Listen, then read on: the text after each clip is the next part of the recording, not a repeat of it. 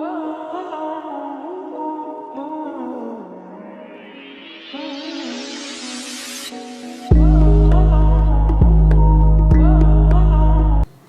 Everybody, you all are again welcome to my channel science दुनिया। जैसा कि आप जानते हैं हम इलेक्ट्रिसिटी चैप्टर के बारे में डिस्कस कर रहे थे और मैंने इससे पहले वाले वीडियो में आपको बताया था कि रेजिस्टिविटी क्या होती है और रेजिस्टेंस कितने फैक्टर्स पे डिपेंड करता है। प्लीज इलेक्ट्रिसिटी के वीडियोस कंटिन्यूशन में देखिए। अगर आप मेरे चैनल पे जाएंगे तो आपको इलेक्ट्रिसिटी की एक सेपरेट प्लेलिस्ट मिलेगी। आप प्लेलिस्ट में जाइए और इलेक्ट्रिसिटी चैप्टर के वीडियोस स्टेप बाय स्टेप देखिए। जब आप हर वीडियो को स्टेप बाय स्टेप देखेंगे तो आपको ये वीडियो भी समझ में आ जाएगा, बिकॉज हर वीडियो एक दूसरे से लिंक है। और साइंस में और फिजिक्स पढ़ते टाइम हमको हर formula step by step learn होना चाहिए और हर चीज सीक्वेंस में लर्न होगी और समझ में आएगी तो ही हमें ये चीज समझ में आने वाली है। ठीक है, तो चलिए शुरुआत करते हैं आज के वीडियो के साथ। हमने जैसे हमारे पहले वाले वीडियो में रेजिस्टिविटी के बारे में पढ़ा था, ठीक है, तो रेजिस्टिविटी के आज कुछ क्वेश्चंस करने वाले हैं हम। क्वेश्चंस के साथ साथ मैं आपको कुछ इंपॉर्टेंट पॉइंट्स बताने वाली हूँ रेजिस्टिविटी से रिलेटेड, जिसके ऊपर कंसेप्चुअल क्वेश्चंस बहुत आते हैं 3 मार्क्स में 10th के बोर्ड के एग्जाम्स के अंदर। तो चलिए शुरुआत करते हैं। सबसे पहला टॉपिक हमारा, मैं थोड़ा सा रिवाइज करा देती हूँ आपको, जैसा कि मैंने इससे पहले वाले वीडियो में आपको पढ़ाया था कि रेजिस्टिविटी क्या होती है। रेजिस्टिविटी को बताने से पहले अगर आपको याद हो तो मैंने आपको बताया था कि रेजिस्टेंस कितने फैक्टर्स पे डिपेंड करता है, 4 फैक्टर्स पे। सबसे पहला फैक्टर था अपना लेंथ, दूसरा फैक्टर था एरिया, तीसरा फैक्टर था टेम्परेचर और चौथा फैक्टर था नेचर और मटेरियल कैसा होना चाहिए। ठीक है, तो रेजिस्टेंस हमारा 4 फैक्टर्स पे डिपेंड करता है। प्लीज अगर आपने इससे पहले वाला वीडियो नहीं देखा और इससे पहले वाले वीडियोस नहीं देखे हैं इलेक्ट्रिसिटी के, तो उनको देखते हुए आइए ताकि आपको ये वीडियो भी बिल्कुल परफेक्टली समझ में आ जाए। ठीक है, तो रेजिस्टेंस हमारे लेंथ एरिया इन सब चीजों पे डिपेंड करता है। और रेजिस्टेंस का फॉर्मूला हमने कल हमारे वीडियो में निकाला था, फॉर्मूला था R = ρl/A। क्या था मैं एक बार बता देती हूँ फिर से आपको कि रेजिस्टेंस लेंथ के क्या होता है, डायरेक्टली प्रोपोर्शनल।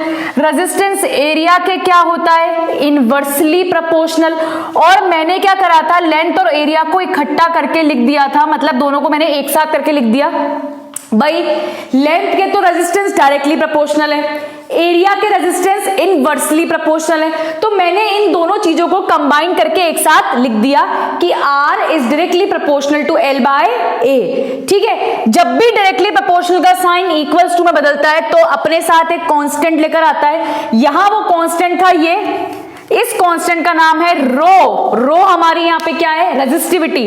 अब आप बोलेंगे दो नाम कैसे हैं, मैं आपको बता दूं कि ये सिंबल जो बनाया है मैंने ये वाला, ये सिंबल का नाम रो है, सिंबल का नाम रो है, पर ये रो है क्या, ये रो है हमारी रेजिस्टिविटी और ये कांस्टेंट क्या है, रेजिस्टिविटी है। ठीक है, अगर मुझे यहाँ से इस रो की वैल्यू निकालनी हो तो मैं ए को वहां भेजूंगी R के पास और एल को नीचे ले आऊंगी। सिंपल मैंने वही शफलिंग करी है। ठीक है, फॉर्मूले के अंदर इधर उधर करा है सॉरी, क्योंकि मुझे किसका फॉर्मूला निकालना है, यहाँ पर रो का फॉर्मूला निकालना है। तो रो का फॉर्मूला निकालने के लिए मैंने ए को R के पास भेज दिया, देखिए, और एल को मैं नीचे ले आई। तो रो का फॉर्मूला क्या आ गया, RA/L। बस इधर उधर करा है ताकि मेरे को किसकी वैल्यू निकल जाए, रो की। तो अगर आपको न्यूमेरिकल में कभी भी बोला जाए कि आपको क्या निकालनी है, रेजिस्टिविटी निकालनी है, तो आप कौन सा फॉर्मूला लगाएंगे, RA/L, जिसमें R क्या है, रेजिस्टेंस है एक कंडक्टर का, A क्या है, उसी कंडक्टर का एरिया, और L क्या है, उसी कंडक्टर की लेंथ है। ठीक है, अब हम डिस्कस करते हैं रेजिस्टिविटी की डेफिनेशन इसी फॉर्मूले के साथ, कि रेजिस्टिविटी की डेफिनेशन इस फॉर्मूले से कैसे निकलती है। अब देखिए इस फॉर्मूले को देखिए, रेजिस्टिविटी का फॉर्मूला है RA/L। मान लीजिए मैंने बोला कंडक्टर का एरिया कितना है, 1 है, कंडक्टर की लेंथ भी कितनी है, 1 है। अगर कंडक्टर का एरिया और अगर कंडक्टर की लेंथ दोनों ही 1 बन जाए, जैसे मैंने अपने पहले वाले वीडियो में आपको बता चुकी हूं कि अगर मैं एरिया और लेंथ को 1 ले लूं तो रेजिस्टिविटी एक्चुअल में किसके बराबर आ जाएगी, रेजिस्टेंस के बराबर आ जाएगी। तो कहने का मतलब है न्यूमेरिकली मतलब जब भी हम रेजिस्टिविटी की कोई वैल्यू, न्यूमेरिकल वैल्यू निकालना चाहते हैं तो रेजिस्टिविटी एक्चुअल में किसके बराबर होती है, रेजिस्टेंस के बराबर होती है। कब, जब लेंथ और एरिया क्या बन जाए, 1 को इंग्लिश में क्या बोलते हैं, यूनिटी। ये डेफिनेशन मैं पहले दे चुकी हूं मेरे पहले वाले वीडियो में। तो रेजिस्टिविटी की डेफिनेशन क्या है, it is numerically equal to the resistance. देखिए रेजिस्टिविटी किसके बराबर होती है, रेजिस्टेंस के ही बराबर होती है। लेकिन कब, हमने डेफिनेशन निकालने के लिए ऐसा करा है कि कब बराबर होगी, जब लेंथ और एरिया कंडक्टर का या किसी भी रॉड का या कोई से भी कंडक्टर का कितना होना चाहिए, यूनिटी। यूनिटी का मतलब होता है दोनों की वैल्यू कितनी होनी चाहिए, 1 चलिए डेफिनेशन रीड करते हैं। It is numerically equal to the resistance of a rod, ठीक है, having length is 1 metre and area is 1 metre square. देखिए लेंथ भी मैंने कितनी ले ली, 1 मीटर, और एरिया भी कितना ले लिया, 1 मीटर स्क्वायर। कहने का मतलब है दोनों की वैल्यू कितनी होनी चाहिए, यूनिटी होनी चाहिए। तभी रेजिस्टिविटी एक ऐसा कांस्टेंट है जो किसके बराबर होता है, रेजिस्टेंस के बराबर होता है, जब लेंथ और एरिया दोनों कितना हो, 1, दैट इज यूनिटी। ये हमने 1 इसलिए लिया ताकि हमें एक डेफिनेशन और एक वैल्यू निकल कर आ जाए किसकी, रेजिस्टिविटी की। अब आगे बढ़ते हैं। जो आज का मेरा वीडियो है वो इन्हीं पॉइंट्स पे डिपेंड करता है जो मैं पॉइंट्स अब आपको बताने वाली हूं। चलिए शुरुआत करते हैं पहले पॉइंट के साथ। पहला स्टार पॉइंट कहता है a good conductor of electricity should have low resistivity. ये मार्क करने वाला पॉइंट है, मैंने इसलिए स्टार बनाया है कि एक बढ़िया कंडक्टर इलेक्ट्रिसिटी का, गुड कंडक्टर इलेक्ट्रिसिटी का मतलब क्या होता है कि जिसमें से बहुत बढ़िया तरीके से करंट पास हो रहा हो और चार्ज पास हो रहा हो, जो अपने अंदर से खूब चार्ज और खूब करंट को क्या कर रहा हो, पास कर रहा हो। तो एक गुड कंडक्टर इलेक्ट्रिसिटी का और एक गुड कंडक्टर करंट का कब होता है, जब उसकी रेजिस्टिविटी क्या होगी, कम होगी। अब बहुत नोट करने वाला पॉइंट है ये, रेजिस्टिविटी किसके बराबर होती है, रेजिस्टेंस के बराबर। तो यहां मैं जो लिखती जा रही हूं उसको आप प्लीज देखिए। कहते हैं रेजिस्टिविटी क्या होनी चाहिए, लो होनी चाहिए। कब, जब एक सब्सटेंस क्या हो, कैसा कंडक्टर, गुड कंडक्टर, बढ़िया कंडक्टर। तो अगर रेजिस्टिविटी लो होगी तो डेफिनेटली रेजिस्टेंस क्या होने वाला है, लो। क्यों, क्योंकि रेजिस्टिविटी एक्चुअल में किसके बराबर होती है, रेजिस्टेंस के बराबर। अगर रेजिस्टेंस लो है तो रेजिस्टेंस किसके इनवर्सली प्रोपोर्शनल होता है, करंट के इनवर्सली प्रोपोर्शनल होता है। तो अगर रेजिस्टेंस लो है, इनवर्सली मतलब ऊपर नीचे चलते हैं, एक ज्यादा तो दूसरा कम। अगर रेजिस्टेंस लो है तो करंट क्या हो जाएगा, हाई। जब भी तो एक सब्सटेंस कैसा कंडक्टर हो गया इलेक्ट्रिसिटी का, गुड कंडक्टर। ठीक है, तो मतलब एक गुड कंडक्टर इलेक्ट्रिसिटी का कब होता है, नोट करने वाला पॉइंट है, जब उसकी रेजिस्टिविटी क्या होगी, लो होगी। रेजिस्टिविटी लो तो रेजिस्टेंस भी लो, रेजिस्टेंस लो तो करंट हाई, करंट बहुत अच्छे से खूब ज्यादा फ्लो होगा, जब भी तो वो कैसा कंडक्टर कहलाएगा, गुड कंडक्टर ऑफ इलेक्ट्रिसिटी। आगे बात करते हैं इस पॉइंट की।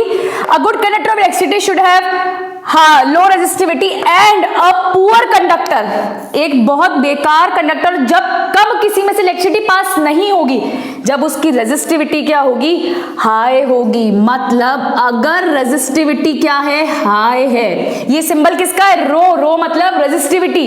अगर रेजिस्टिविटी हाई है तो रेजिस्टेंस भी क्या होगा, हाई होगा। रेजिस्टेंस किसके इनवर्सली प्रोपोर्शनल है, करंट के।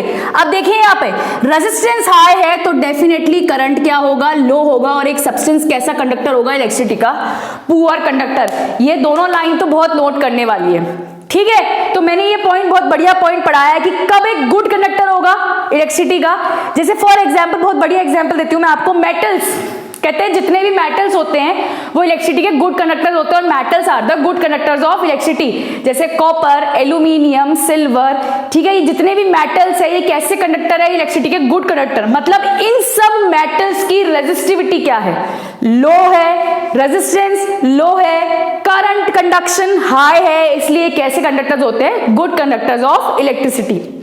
अब हमने ऐसे सब्सटेंसेस, तो मैंने आपको एग्जांपल दे ही दिया जिनकी रेजिस्टिविटी लो है, जैसे मेटल्स।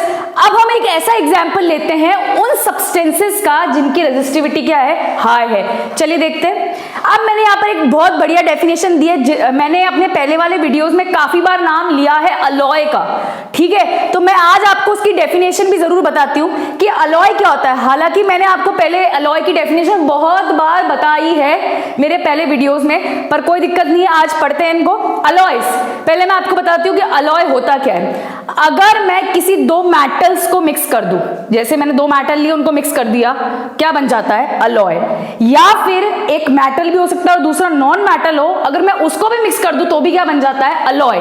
तो कहने का मतलब है अलॉय एक मिक्सचर है। अच्छा, कैसा मिक्सचर है, होमोजीनियस मिक्सचर। ये हमने 9th क्लास में पढ़ा है, ठीक है। हमने 9th क्लास में हमारे केमिस्ट्री सेक्शन में दो टाइप के मिक्सचर पढ़े थे, होमोजीनियस और हेटेरोजीनियस। जो एक दूसरे में कंप्लीटली मिक्स हो जाए वो होते हैं होमोजीनियस मिक्सचर। जैसे example sugar in water, salt in water, complete घुल जाते हैं। वैसे ही हमें एक कंप्लीट घुलने वाला और एक होमोजीनियस मिक्सचर तैयार करना होता है, या तो दो मेटल्स का, या तो आपस में दो मेटल मिक्स हो रहे हो, या एक मेटल और एक क्या मिक्स हो रहा हो, नॉन मेटल। तो अलॉय एक होमोजीनियस मिक्सचर होता है, या तो दो मेटल का या फिर एक मेटल और एक नॉन मेटल का। तो डेफिनेशन रीड करते हैं। What do you mean by alloys? Mixture of two metals or mixture of a metal or a non-metal is known as an alloy. अच्छा, मैंने ये alloy क्यों पढ़ाया आपको? तो चलिए आगे बात करते हैं alloy के बारे में। सबसे पहले तो alloy के एग्जाम्पल्स ले लेते हैं हम। नंबर 1 एग्जाम्पल है हमारा मैग्नीन। मैग्नीन एक टाइप का अलॉय है। किन किन चीजों का अलॉय है? मैग्नीन अलॉय होता है कॉपर का, निकल का और मैग्नीज का, ठीक है। उसके बाद हम पढ़ते हैं कॉन्स्टेंटिन, वो भी एक अलॉय है। किसका है? अलॉय ऑफ कॉपर एंड निकल, ठीक है। नाइक्रोम, जिसकी वायर्स काफी यूज होती हैं, ठीक है। बहुत सारी नाइक्रोम की वायर्स हम इलेक्ट्रॉनिक अप्लायंसेस में देखते हैं। नाइक्रोम वायर्स बहुत सारे अप्लायंसेस में आती हैं। किसका अलॉय होता है नाइक्रोम? निकल का, क्रोमियम का, आयरन का और मैग्नीज का। 4 चीजों के मिक्सचर से क्या बना है? नाइक्रोम बना है। अब मैंने आपको ये अलॉय और अलॉय के एग्जाम्पल्स क्यों पढ़ाए? अब देखिए, सबसे इंपॉर्टेंट पॉइंट नोट करने वाला ये भी पॉइंट है, देखते जाइए। पॉइंट कह रहा है the resistivities of alloy are much more higher than that of metals from which they are made. अब मैं इसका मतलब समझाती हूँ आपको। अलॉय के अंदर एक एक मेटल आपको जरूर दिख रहा होगा, एक या दो मेटल तो आपको जरूर दिख ही रहा है। कहने का मतलब है, मैग्नीन को पकड़िए आप। मैग्नीन किस किस से मिलके बना? कॉपर, निकल और मैग्नीज। कॉपर एक मेटल है, ठीक है। ये मेटल मेटल का मिक्सचर है, या फिर मेटल और नॉन मेटल का मिक्सचर है। कहते हैं मेटल्स तो गुड कंडक्टर्स होते हैं, तो मेटल्स की रेजिस्टिविटी तो क्या होगी? लो, क्योंकि मैंने अभी अभी आपको पढ़ाया कि जो गुड कंडक्टर्स होंगे उनकी रेजिस्टिविटी तो क्या होती है? कम होती है। तो जितने भी अकेला मेटल है, मतलब प्योर मेटल होगा, मिक्सचर विक्सचर ना हो, और अगर एक प्योर मेटल हो तो प्योर मेटल की रेजिस्टिविटी हमेशा क्या होगी? लो होगी। पर सडनली अगर वही मेटल, मान लीजिए ये मैंने बोला कि यार ये कॉपर है, ठीक है, ये अकेला कॉपर है, अब ये कोई मिक्सचर नहीं है, कोई अलॉय नहीं है। अगर ये सिर्फ कॉपर है तो कॉपर, अगर मेटल कॉपर है तो कॉपर की रेजिस्टिविटी क्या है? लो है, रेजिस्टेंस भी लो है, करंट या कंडक्शन हाई है, और ये बहुत बढ़िया कंडक्टर है। अगर इसी कॉपर को लेकर मैं क्या तैयार कर दूं? एक अलॉय। मतलब अगर मैं कॉपर के अंदर निकल और मैग्नीज मिक्स कर दूं, तो मैंने कॉपर का क्या बना लिया? एक अलॉय बना लिया। कॉपर जब अकेला था, जब सिंगल था और अलॉय नहीं था, तो उसकी रेजिस्टिविटी क्या थी? लो थी। पर अगर कॉपर को आप किस में बदल देंगे? अलॉय में, और उसका मिक्सचर किसी और के साथ तैयार करके अगर आप अलॉय बना देते हैं, तो सडनली उसकी रेजिस्टिविटी क्या हो जाती है? हाई हो जाती है। ये लाइन यही कहना चाह रही है कि जो भाई अलॉय होते हैं, अलॉय की रेजिस्टिविटी हाई होती है, और जो मेटल होता है अकेला जिससे अलॉय मिलके बनता है, उसकी रेजिस्टिविटी क्या होती है? कम। क्योंकि भाई metals are the good conductors, और गुड कंडक्टर तो वही होता है जिसकी रेजिस्टिविटी क्या होती है? लो होती है। पर अलॉयज की रेजिस्टिविटी क्या होती है? हाई होती है। जिस मेटल से वो मिलके बने उसकी तो लो रेजिस्टिविटी है, पर अगर वही मेटल अलॉय के काम में आ गया तो रेजिस्टिविटी क्या हो जाती है? हाई। जैसे मैग्नीन को देखिए, अगर मैं यहाँ पे अकेला कॉपर लूं तो कॉपर की रेजिस्टिविटी क्या है? लो है। पर यहाँ पे कॉपर के साथ कौन कौन मिक्स हो गया? निकल भी हो गया, मैग्नीज भी मिक्स हो गया, मतलब ये तीनों एलिमेंट मिक्स हो गए और ये तैयार करा एक अलॉय जिसका नाम था मैग्नीन। और इस मैग्नीन की रेजिस्टिविटी बहुत हाई होती है एज कंपेयर टू अकेले कॉपर की। अगर आप कॉपर की रेजिस्टिविटी नापो और अगर आप मैग्नीन, इस पूरे अलॉय की रेजिस्टिविटी देखो, तो कॉपर की रेजिस्टिविटी क्या होगी? लो, और मैग्नीन की क्या होगी? हाई होगी। मतलब अलॉय की रेजिस्टिविटी, जितने भी अलॉयज होते हैं, अलॉयज की रेजिस्टिविटी हाई होती है एज कंपेयर टू अकेले मेटल की। मतलब अगर मैं बोलूं प्योर मेटल, अगर अकेले मेटल की बात करी जाए और एक सिंगल मेटल की बात करी जाए तो उनकी रेजिस्टिविटी लो होती है, और अलॉयज की रेजिस्टिविटी थोड़ी सी क्या होती है? हाई होती है। चलिए आगे बढ़ते हैं, फिर कुछ मेटल के बारे में बात करते हैं। Silver metal is the best conductor of electricity, सबसे बढ़िया मेटल और सबसे ऐसा मेटल जिसकी रेजिस्टिविटी बहुत ही ज्यादा कम है, क्योंकि अगर रेजिस्टिविटी बहुत कम होगी तो रेजिस्टेंस भी बहुत कम होगा, रेजिस्टेंस बहुत कम होगा तो करंट क्या होगा, हाई, और कैसा कंडक्टर कहलाएगा वो, गुड कंडक्टर। तो सिल्वर सबसे बढ़िया मेटल है जिसकी रेजिस्टिविटी रो मतलब रेजिस्टिविटी बहुत ही ज्यादा क्या है, लो मतलब बहुत कम है, जिसकी वजह से कैसा कंडक्टर है ये, सबसे बेस्ट कंडक्टर है किसका, इलेक्ट्रिसिटी का। ठीक है, लेकिन सिल्वर बहुत कॉस्टली है मार्केट में। ठीक है, सिल्वर बहुत कॉस्टली मिलता है, इसलिए जितनी भी वायर्स हम यूज करते हैं वो सिल्वर की नहीं करते, क्योंकि सिल्वर इज वेरी कॉस्टली। और अगर सिल्वर के बाद देखा जाए सेकंड और थर्ड नंबर पे तो कौन आता है, कॉपर और एल्यूमिनियम। ठीक है, तो सिल्वर के बाद जो दूसरे मेटल्स आते हैं जो बढ़िया कंडक्टर्स हैं और जिनकी रेजिस्टिविटी कम है, वो कौन कौन से, कॉपर और aluminium. But we use copper and aluminium wires for the transmission of electricity. ठीक है, तो मेटल्स किस काम में आते हैं, for the conduction of electricity, because they are the good conductors having low resistivity, low resistance and current is high. ठीक है, अब बात करते हैं अलॉय की, कि भाई मैंने अलॉय क्यों पढ़ाया, और मैंने आपको यह भी बताया कि मेटल्स की रेजिस्टिविटी तो कम होती है और अलॉय की रेजिस्टिविटी मेटल के कंपैरिजन में थोड़ी सी क्या होती है, हाई होती है, 60 टाइम्स 50 टाइम्स क्या होती है, हाई होती है। पर अलॉय कहां काम में आएंगे, क्योंकि इनकी रेजिस्टिविटी तो क्या है, हाई है, और करंट ये कैसे कंडक्ट करते हैं, लो कंडक्ट करते हैं। अब मैं आपको बताती हूँ, काफी सारे इलेक्ट्रॉनिक अप्लायंसेस में वायर्स लगी हुई आती हैं, तो इलेक्ट्रॉनिक अप्लायंसेस के अंदर जो वायरिंग होती है वो किसकी होती है, अलॉयज की होती है। ठीक है, जितने भी इलेक्ट्रॉनिक अप्लायंसेस होते हैं उनमें जो वायरिंग आती है वो किसकी होती है, अलॉयज की, ताकि जब भी वो इलेक्ट्रॉनिक अप्लायंस एक सर्किट में लगे वो कैसा कंडक्ट करे, करंट कम कंडक्ट करे और एकदम से ओवरलोड ना हो जाए वो करंट के साथ, और शॉर्ट सर्किट ना हो जाए। इसलिए जो इलेक्ट्रॉनिक अप्लायंसेस जितने भी घर में होते हैं उसके अंदर वायरिंग, और वो किसके बने हुए होते हैं, अलॉय के। वो ऐसा इसलिए होता है ताकि उनके अंदर करंट का लेवल क्या रहे, कम रहे, और वो एक सर्किट के अंदर कम करंट दे और ओवरलोडिंग उनके अंदर करंट की ना हो।